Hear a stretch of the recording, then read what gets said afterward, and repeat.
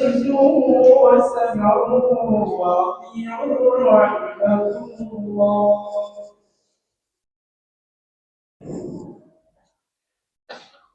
إن الحمد لله نحمده ونستعينه ونستغفره ونعوذ بالله من شرور أنفسنا ومن سيئات أعمالنا. من يهده الله فلا مضل له ومن يضلل فلا هادي له. أشهد أن لا إله إلا الله وحده لا شريك له، وأشهد أن سيدنا محمدا عبده ورسوله. اللهم صل وسلم وبارك وكرم على سيدنا محمد وعلى آل سيدنا محمد مفتاح باب رحمة الله عدد ما في علم الله، صلاة وسلاما دائمين بدوام الملك الله وعلى آله وصحبه عدد كل ذرة ألف مرة. فيا عباد الله إني أوصيكم ونفسي بتقوى الله. اتقوا الله. وقد قال الله تعالى في كتابه الكريم وهو أصدق القائلين: أعوذ بالله من الشيطان الرجيم. يا أيها الذين آمنوا اتقوا الله حق تقاته ولا تموتن إلا وأنتم مسلمون. Ma'asyiral muslimin, jamaah Jumat yang dirahmati oleh Allah. Kembali khatib berdiri di atas mimbar masjid yang mulia ini maupun di atas mimbar masjid-masjid lainnya untuk menyampaikan, mewasiatkan sebuah wasiat yang sangat berharga, yang sangat berperan di dalam suksesnya kita hidup di dunia yang fana ini dan suksesnya kita hidup di negeri akhirat. Tentu bagi kita wasiat tersebut tidak asing lagi karena berulang setiap Jumatnya. Jumat demi Jumat khatib selalu memperingatkan wasiat tersebut, yaitu agar kita sungguh-sungguh bertakwa kepada Allah Subhanahu wa ta'ala.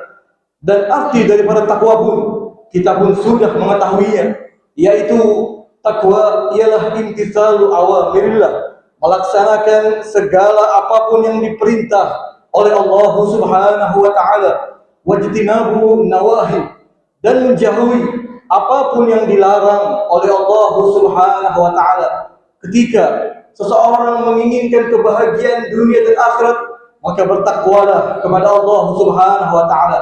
Ketika seseorang menginginkan melayakkan dirinya untuk masuk ke dalam surganya Allah, maka bertakwalah kepada Allah Subhanahu wa ta'ala. Ketika seseorang ingin memantaskan dirinya untuk mendapatkan rahmat, ampunan dan keridhaan dari Allah Subhanahu wa ta'ala, maka bertakwalah kepada Allah Subhanahu wa ta'ala. Karena takwa adalah status kemuliaan di atas bentuk kemuliaan. Maka mudah-mudahan hadirin yang dimuliakan oleh Allah Subhanahu wa ta'ala, wasiat daripada khatib ini masuk ke dalam hati kita dan kita mengamalkannya sampai akhir hayat hidup kita. Amin ya rabbal alamin. Ma'asyiral muslimin, jamaah Jumat yang dimuliakan oleh Allah Subhanahu wa ta'ala.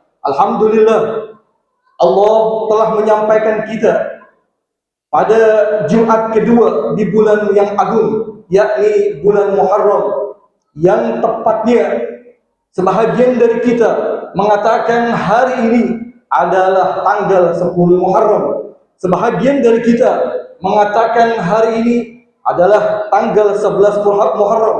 Akan tetapi perbedaan tersebut bukanlah perbedaan yang biasa, karena perbedaan tersebut sudah sangat sering terjadi dalam kehidupan kita sehari-harinya, bahkan setiap bulannya, bahkan untuk menentukan awal tahun pun kita pun sering sudah mengalami perbedaan waktunya. Maka dari perbedaan waktu tersebut janganlah sampai kita berselisih berpendapat, janganlah kita ini saling bertengkar.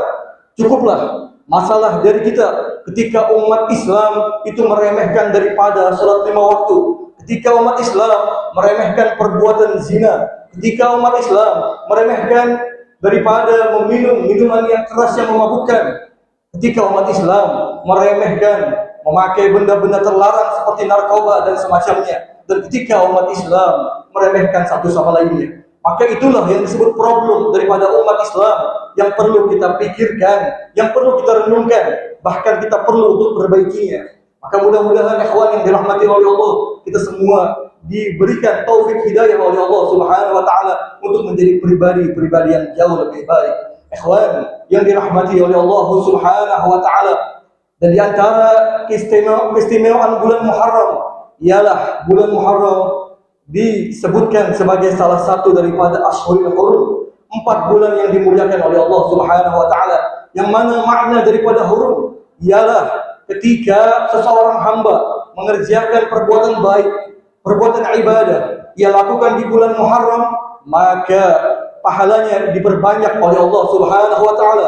Akan tetapi ketahuilah, berhati-hatilah ketika seorang hamba melakukan dosa, perbuatan buruk, perbuatan jahat di bulan Muharram ataupun bulan-bulan hurum lainnya, maka hukumannya pun dilipat gandakan oleh Allah Subhanahu wa taala. Maka ikhwan yang dirahmati oleh Allah, dengarkanlah apa yang dikatakan atau disampaikan oleh khatib ini. Dan yang terakhir ikhwan yang dirahmati oleh Allah Subhanahu wa taala, keistimewaan daripada bulan Muharram terdapat pada tanggal 10 Muharram, yaitu hari Ashura, hari yang mana banyak peristiwa bersejarah terjadi di dalamnya. Yang pertama, Nabi Adam alaihissalam diciptakan pada bulan Muharram, tepatnya hari Ashura, hingga Nabi Adam pun diterima taubatnya pada hari Ashura. Dan peristiwa lainnya, Nabi Nuh alaihissalam diselamatkan oleh Allah hingga naik ke bukit yang namanya Bukit Al-Judi. Itu pun terjadi pada tanggal 10 Muharram. Nabi Ibrahim diselamatkan oleh Allah pada tanggal 10 Muharram daripada kejaman Raja Namrud.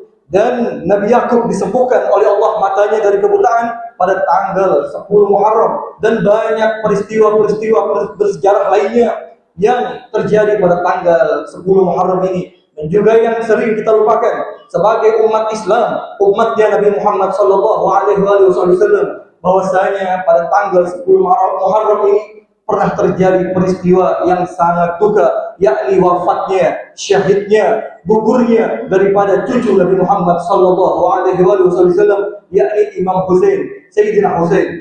Maka mudah-mudahan ikhwan yang dirahmati oleh Allah, dari pengetahuan yang singkat daripada ilmu sejarah ini, mudah-mudahan wawasan ilmu Islam kita ditambahkan oleh Allah Subhanahu wa taala, keimanan kita ditingkatkan oleh Allah Subhanahu wa taala menjadi hamba yang lebih baik daripada sebelumnya, dan mudah-mudahan kita semua menjadi hamba-hamba yang bertakwa kepada Allah Subhanahu wa taala hingga akhir hayat hidup kita. Amin ya rabbal alamin. إن أحسن الكلام كلام الله الملك الأعلم. الله يقول بالقول يهتدي المهتدون وإذا قرئ القرآن فاستمعوا له وأنصتوا لعلكم ترحمون. أعوذ بالله من الشيطان الرجيم. بسم الله الرحمن الرحيم. والعصر إن الإنسان لفي خسر إلا الذين آمنوا وعملوا الصالحات وتواصوا بالحق وتواصوا بالصبر. بارك الله لي ولكم في القرآن العظيم ونفعني وإياكم بما فيه من الآية والذكر الحكيم. أقول قولي هذا واستغفر الله لي ولكم ولوالدينا ولوالديكم فاستغفروه إنه هو الغفور الرحيم.